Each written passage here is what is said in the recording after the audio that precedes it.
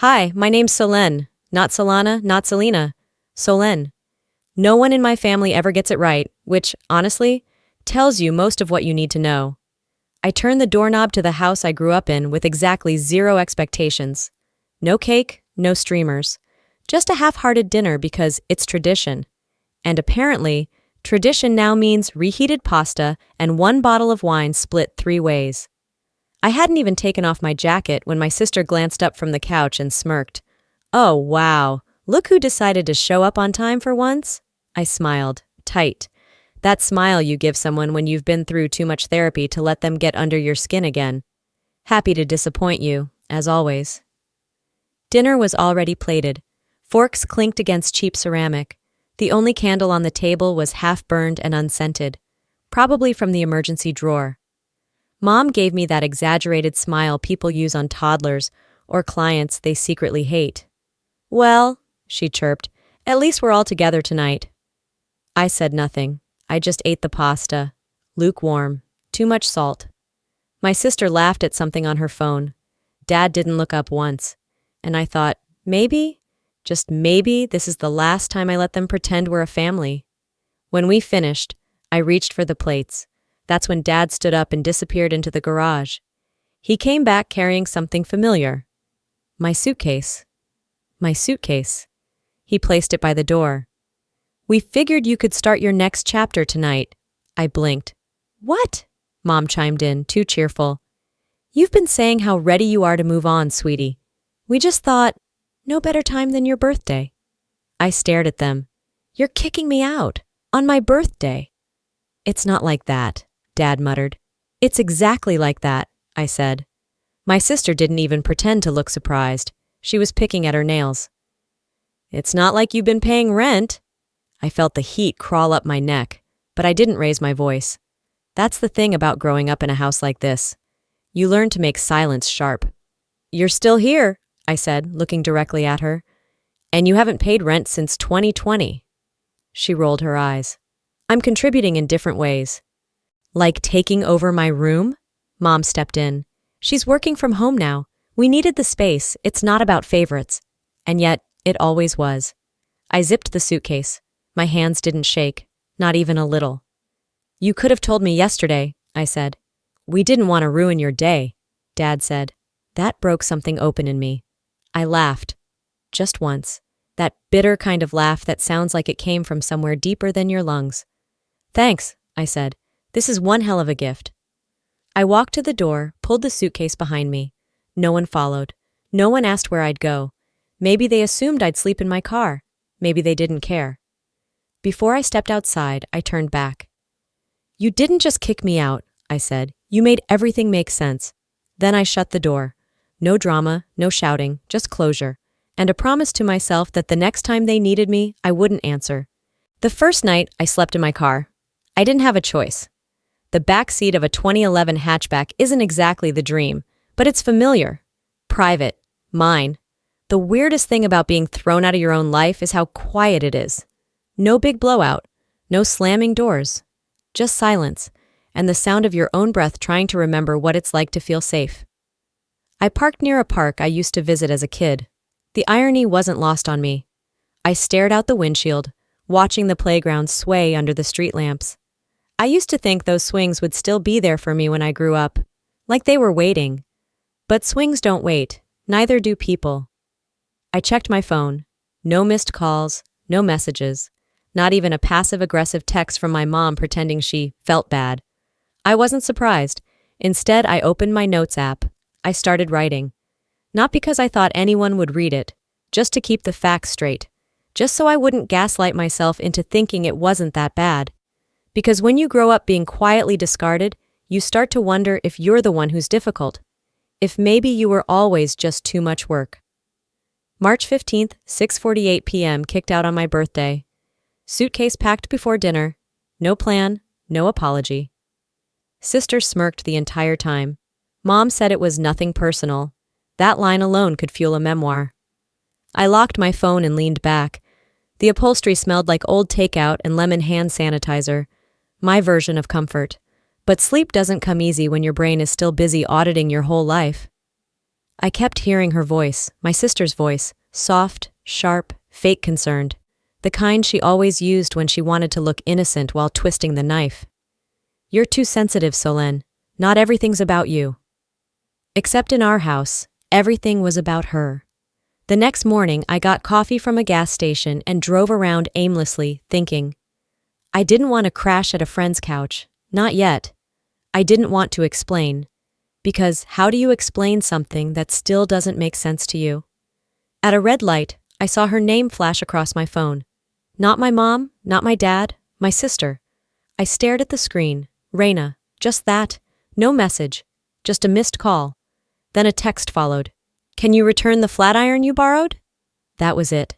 That was the message. I blinked. Not a question about where I was sleeping. Not a single syllable of remorse. Just her being her.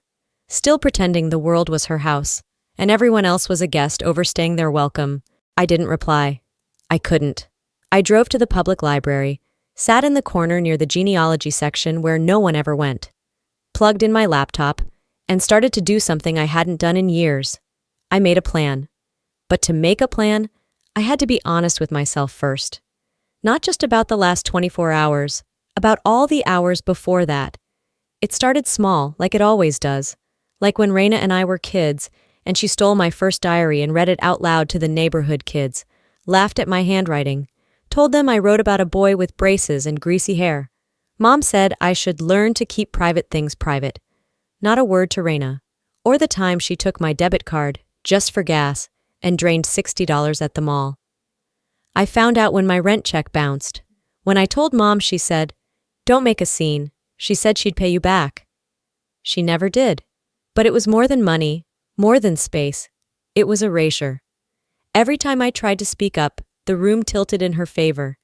My words would hang in the air like smoke, while Reina walked away with a halo and a shopping bag. Dad once told me, "She's fragile, Solène. You're the strong one." As if that was supposed to make me feel chosen. I wasn't the strong one. I was just the one who wasn't allowed to break. I pulled up a spreadsheet on my laptop, labeled it contingency. I started tracking my options, freelance gigs, crashable spaces, what I had in savings. It wasn't a lot, but it was something. Then I remembered something I hadn't thought about in a while. Years ago, when Reina was still pretending to be a startup founder or whatever scam she was into at the time, she begged me to co-sign for a credit card she couldn't get approved for alone. "Just for the business," she said. "You won't even have to think about it." I didn't say yes, but Mom did. And to make it easier, she used my name as an authorized user, just in case, she said. Back then, I was too distracted with school to really care. But now I remembered. And more importantly, I remembered the bank. I logged in. It took a few tries to remember the password, but when I got in, I stared at the screen like it might start speaking. She'd forgotten to remove me. Her card, her spending, her debt, all under a file that still had my access credentials. It wasn't much, but it was a crack in the glass, and cracks spread. I logged out, not because I wanted to do something petty, but because something in my chest shifted for the first time in years. A flicker. Not anger, not revenge, clarity. Later that afternoon, I parked in front of a coffee shop where Reina used to hang out. I wasn't going in. I just wanted to see if she was still the same, still orbiting the same spaces, still performing her perfectly polished version of adulthood. She was there, window seat, latte, legs crossed, talking too loud on her phone, complaining, probably. I watched her for a few minutes, watched how the barista smiled politely, watched how she didn't notice the world around her, because the world had always been an audience. And suddenly, I wasn't angry anymore. I just felt done. That night, back in my car, I opened my notes again, wrote, March 16th, 9:12 p.m. She still thinks I'm on the floor, still thinks I'll come back. She hasn't seen what happens when a quiet girl finally stops waiting to be invited in. Ever realize a quiet person wasn't being silent? They were just watching? The credit card portal was still open in another tab. I hadn't logged out. Not really. I'd just minimized it like you'd close a door but leave your foot wedged in the frame, just in case. I stared at the numbers again. Balance, $4,978.12. Statement date, the 14th. Her most recent charges scrolled down in cold black text. $212.40. Sephora, $89.99. Uber Black, $17.52. Joe's Coffee, 3 times in one day, $900. Coach, pay plan installment. I blinked. Pay plan, as in monthly payments. As in she didn't even buy it outright. She was making installments on designer bags, with a card that still had my name linked to it. I sat very still. There's a moment, right before a fire catches, where everything is perfectly quiet, where the room still looks the same, still smells the same. But you know something's about to change. I was sitting in that moment. I pulled out a yellow folder I hadn't touched since college. It had old printouts, password recovery notes, and the original paperwork from when Mom added me as an authorized user, temporarily. No expiration date, no removal form, just a scrawled signature and a date. I stared at that signature. Mine. I didn't even remember signing it. What I did remember was sitting on the floor in Raina's room while she complained about how she couldn't build credit if the system's rigged, and how banks only give things to people who already have everything. She had tears in her voice. It sounded real. I wanted to believe her back then. I believed her a lot back then. That evening, I called the bank. Not to make a scene. Not yet. Hi, yes. I'm calling about my access to an account I was added to a few years ago. I just need to check some account settings and verify how much control I still have. The woman on the other end was helpful. Her voice was soft, southern, comforting. Okay, ma'am. You're still listed as a joint user for authorization purposes. You don't have payment responsibility, but you do have the ability to freeze the card, monitor usage, and request removal from the account. Would you like to proceed with any of those? I paused. No, not yet. I just needed to confirm. I thanked her, wrote everything down, and for the first time in days, I didn't feel powerless. The next day, I went to my storage unit. Everything I owned, my real life, was in there, stacked in boxes like forgotten chapters. I found the box labeled Documents and pulled out a zip folder I hadn't opened in years. Inside were old tax returns, W-2s, and something else I forgot I had. A printed backup of my emails with Raina from her business days. Subject, logo ideas. Subject, can you Venmo the designer? Subject, client pitch deck, urgent, do not forward. That last one. I opened it. It was a PDF. Polished, sleek, her face on every slide. But the data, I recognized some of the numbers because they weren't hers. They were mine. She'd lifted parts of a grant proposal I'd written in grad school and recycled them into her marketing agency pitch. Even the formatting was similar. Even the wording. My stomach turned. Not from rage, but from recognition. She didn't just push me out. She was building her image on pieces of me. I spent the next few hours screenshotting every file, every financial activity, every charge she made using the shared card. I logged into the online tax prep app she once begged me to help her set up. Same password she always used, her birthday. Inside were 2 filed returns under her name, both listing income that didn't match her lifestyle. And next to, business expenses. I saw a name I hadn't expected. Mine. I leaned back. She'd listed me as a contract employee, claimed consulting expenses in my name. I wasn't just part of her finances. I was being used to write them off. That night, I booked a room for one night using my own card. Cheap motel but clean. I needed a hot shower, a table, a bed that didn't double as a driver's seat, and space. I needed space to think. I sat at the little desk and stared at the folder I'd started building on my desktop. I renamed it Anchor. Not revenge, not evidence, just weight. Proof that I hadn't imagined it all, that everything I carried, every strange silence, every twisted half-truth, every moment of erasure, was real. Because the worst part about growing up in a house like mine isn't being forgotten. It's being gaslit into believing that your memory can't be trusted. At 10:47 p.m., Raina texted me again. Did you tell Mom about my card? She said something weird. Don't make this a thing. Just say something. I stared at her words. I didn't reply. Instead, I sent a blank Venmo request. $4,978.12. No description, no emojis. Let her feel it first. Let her wonder. 3 minutes later, she called. I let it ring. Then again and again. I finally answered on the fourth. What the hell is this? Her voice was sharp, fast, breathy, the way it always got when she wasn't in control. I didn't answer right away. I let the silence stretch until I could feel her pulse through the line. You used my name to build your business, Reina. You listed me as your employee. You used my card, my credit, my data. Oh my God, she snapped. That was forever ago and you said it was fine. No, I didn't. You said it was temporary. You promised you'd take me off. Well, it's not like you ever did anything with your degrees. I needed help. I thought you wanted to help.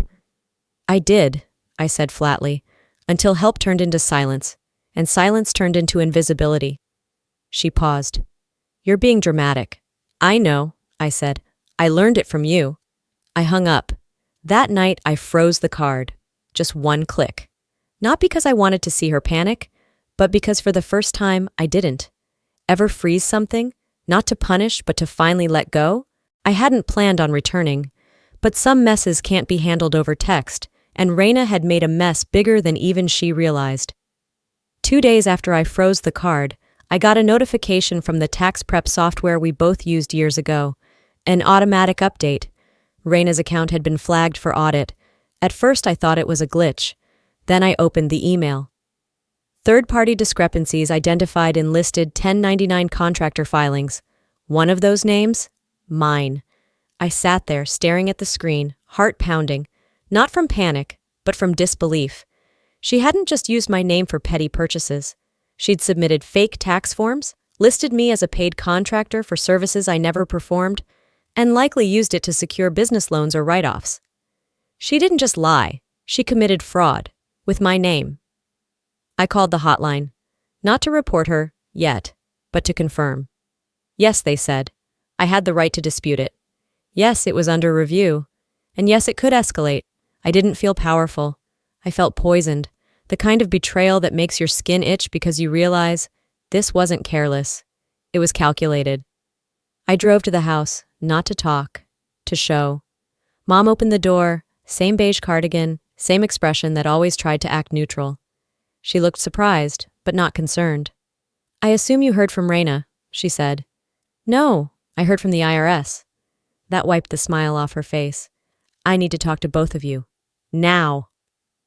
We sat in the kitchen, the same table where I used to do homework while Reina talked over me about her next project.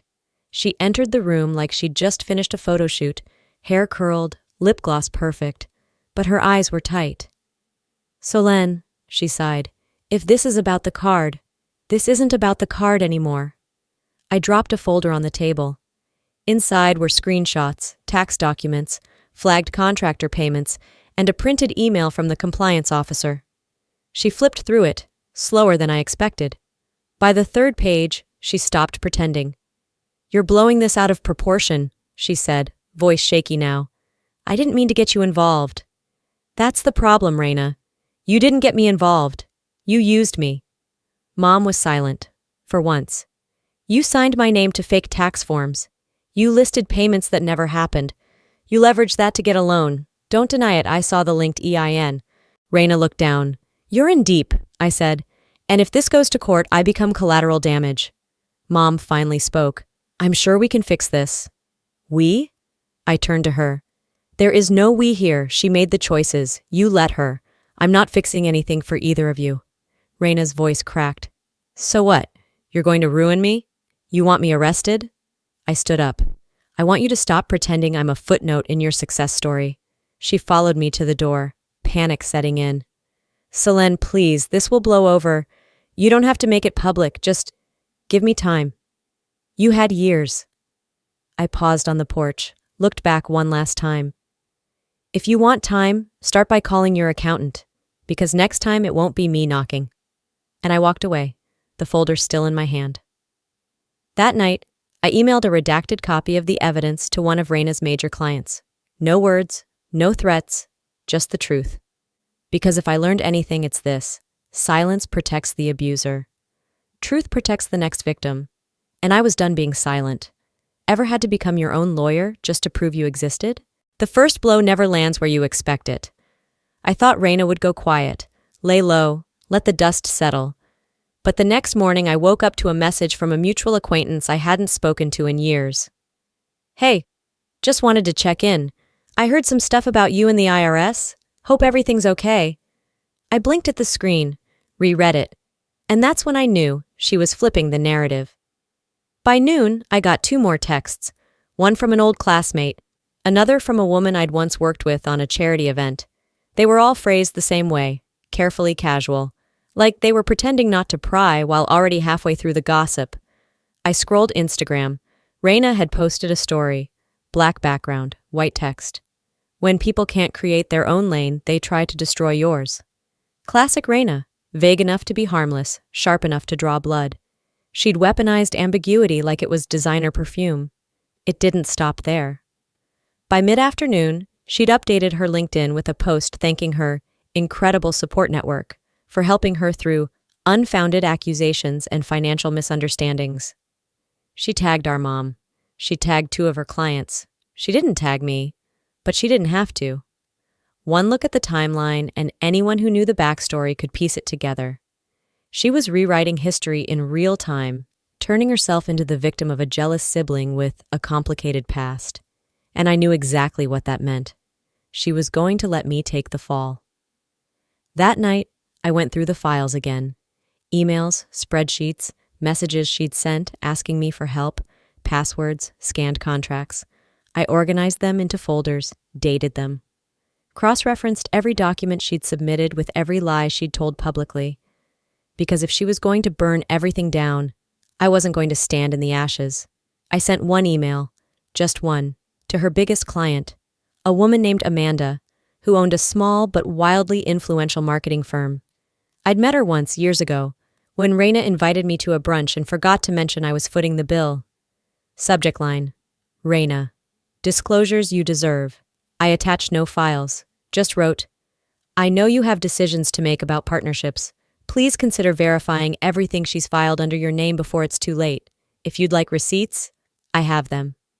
No signature, just silence. I didn't want revenge, I wanted distance.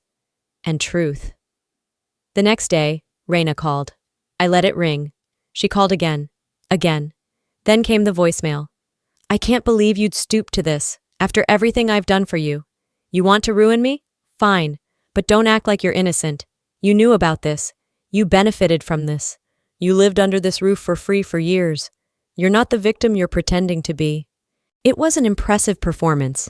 If you didn't know her, if you didn't know that while I was paying groceries, babysitting, and covering mom's prescriptions, Raina was filing fake contractor payments to collect tax credits, using my name. I didn't delete the voicemail. I filed it under leverage. Later that week, Amanda replied to my email. Short, clean. "Thanks. If you have documentation, please forward." I did. And in that moment, something shifted. Not because she believed me, but because someone else finally looked, finally questioned the story Raina had been selling for years. It wasn't about blowing up her life. It was about taking mine back. That weekend, Mom called. Her voice was tight, like she'd been coached. "Raina's in trouble. She says you're threatening her business. Is that true?" I didn't answer the question. Instead, I said, "Did you know she used my name to apply for 2 business loans?" Silence. "She listed me as a vendor, filed false expenses. If this goes further, I'm implicated." Mom exhaled slowly, like the truth was something she'd always known, but didn't want to say out loud. "I didn't realize it was that serious." "You never do," I said. "Not until it touches your doorstep." I hung up. Not out of cruelty, out of necessity, because sometimes self-respect sounds like a dial tone. By Monday, Raina's LinkedIn post was gone. So was the story. And for the first time in a long time, I saw something rare. Raina going silent. Because her tactics, vagueness, gaslighting, charm, didn't work on systems built to verify truth. You can't flirt your way out of an audit. You can't spin your way through legal exposure, and that's what terrified her. Not me. Accountability. That night, I got an email from a private Gmail account. No name, no subject, just 2 lines. "You win. Just don't take Mom down with me." I stared at the screen, And I didn't feel victorious. I felt exhausted because I hadn't wanted to win. I just wanted to stop losing. And I think that's what she never understood. Ever realize that someone isn't trying to hurt you, they're just trying to stop you from telling the truth? The first sign something was unraveling came quietly. An email. Not from Raina, not from Mom. It was from Annalise. Subject line, "Are you okay?" I hadn't spoken to her in nearly 2 years, not because we were on bad terms, but because Raina had long painted her as difficult, bitter, overly involved. Elise was the one who asked too many questions, the one who noticed when Raina exaggerated, when Dad went quiet, when Mom skipped over my name during holiday toasts. The email said, "I saw Raina's name come up in a compliance alert. I don't know what's going on, but if this touches you, call me. I mean it." I stared at the screen. Raina was slipping, and the people who used to pretend not to see her trail of glittered destruction were finally turning around. That week, things moved fast. Raina deleted her website. Her Instagram went private. Her business email stopped working. It wasn't public collapse. It was strategic retreat. A quiet fire sale of her digital identity before the whole house of cards burned down. But it was too late. The woman from her biggest client, Amanda, sent me a follow-up. "We've terminated our contract. There were more discrepancies. Just wanted you to know we're grateful you spoke up." I didn't feel triumphant. Just cleaner. Like finally wiping smudges off glass you didn't know was dirty until the sun hit it just right. Then came the voicemail from Mom. She didn't even try for small talk. "Solen, we need to talk. She's blaming you. She said you knew, that you were helping her, and they're asking questions." My stomach dropped. Of course. The moment Raina felt exposed, she wouldn't just retreat. She'd pivot. And if there's one thing Raina was always good at, it was turning consequences into scapegoats. The next call came from an unknown number. I let it go to voicemail. "Miss Renard, this is Paula Brighton, legal consultant for McKellar and Company. We've had a claim presented indicating you may have been involved, knowingly or otherwise, in fraudulent documentation tied to tax statements submitted under Raina Renard Consulting LLC. Please contact our office at your earliest—" I stopped the playback. She'd done it. She'd thrown me under the bus. Not metaphorically, legally. That night, I sat in a booth at a 24-hour diner, headphones in, laptop open, and heart pounding like it had its own agenda. Elise called, and for the first time in a while, I picked up. Her voice cut through the static of my nerves. "I'm in town. Meet me." I didn't argue. She slid into the booth with her usual no-nonsense energy. Short gray hair, oversized cardigan, legal pad already out like she was building a case. "I read everything you sent," she said, "and let me say it outright. You did the right thing. You documented everything. You acted in self-defense. But she's not done. You know that, right?" I nodded. "She's always been that way," Elise muttered. "Charming, but slippery. Your mom enabled it because she thought it was love. It wasn't. It was fear of confrontation." "I don't want this to turn into war," I said. Elise leaned forward. "Solen, you're already in it. You just didn't start it." She slid a file across the table. "I spoke to someone at the firm representing McKellar. She didn't just name you. She filed a statement alleging you fabricated documents and manipulated her into signing." I blinked. "What?" "She's going for the insanity defense angle, emotional manipulation, blaming her spiral on you." I laughed. It was either that or scream. "She lived off me for years." "I know," Elise said, "but lies don't have to be logical. They just have to be loud."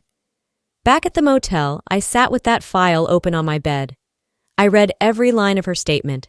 Half-truths turned sideways, texts cropped, screenshots edited, a paper trail sculpted just enough to muddy the waters.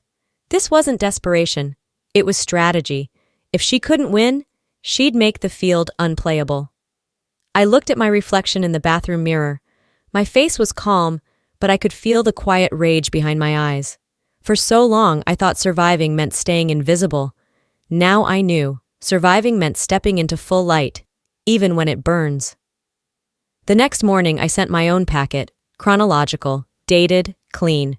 I CC'd her legal team, her accountant, her backup assistant, whom I knew was quietly fed up with her demands. I ended the email with one line. If your client continues to submit false allegations under my name, I will pursue legal action for defamation and malicious misuse of identity documentation. I suggest you advise her accordingly. By noon, I got a reply. Acknowledged, reviewing materials. That was it. Short, professional, and more satisfying than any apology I was never going to get. Later that day, Mom showed up at my motel. I didn't invite her.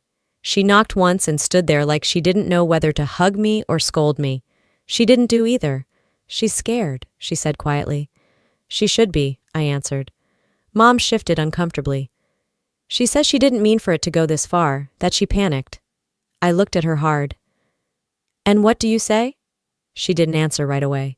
Then softly, I think we let her believe love meant no limits. There it was. Not an apology, but the closest thing I'd get.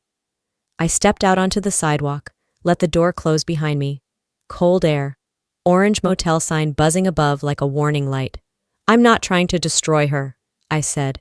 I'm just done letting her destroy me. Mom nodded, slowly, as if she finally believed me.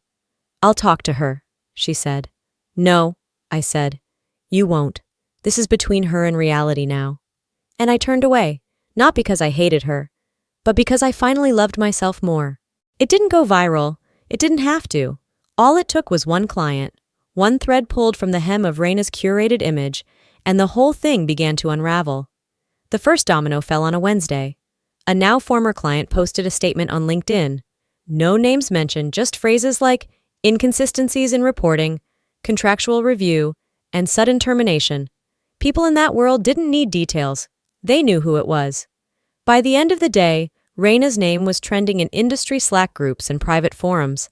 Not the main stage, not public scandal, but the kind of deep reputation damage that doesn't make headlines, just makes phones stop ringing. And Raina? She panicked in the only way she knew how. She got louder. She emailed a mass statement to her remaining network. Long, polished, manipulative. Unfortunately, a personal dispute with a family member has escalated into false claims impacting my business. I'm cooperating fully with all parties and maintaining my integrity through this process. I deeply regret that private misunderstandings are being used as professional weapons. Private misunderstandings. I read the email 3 times.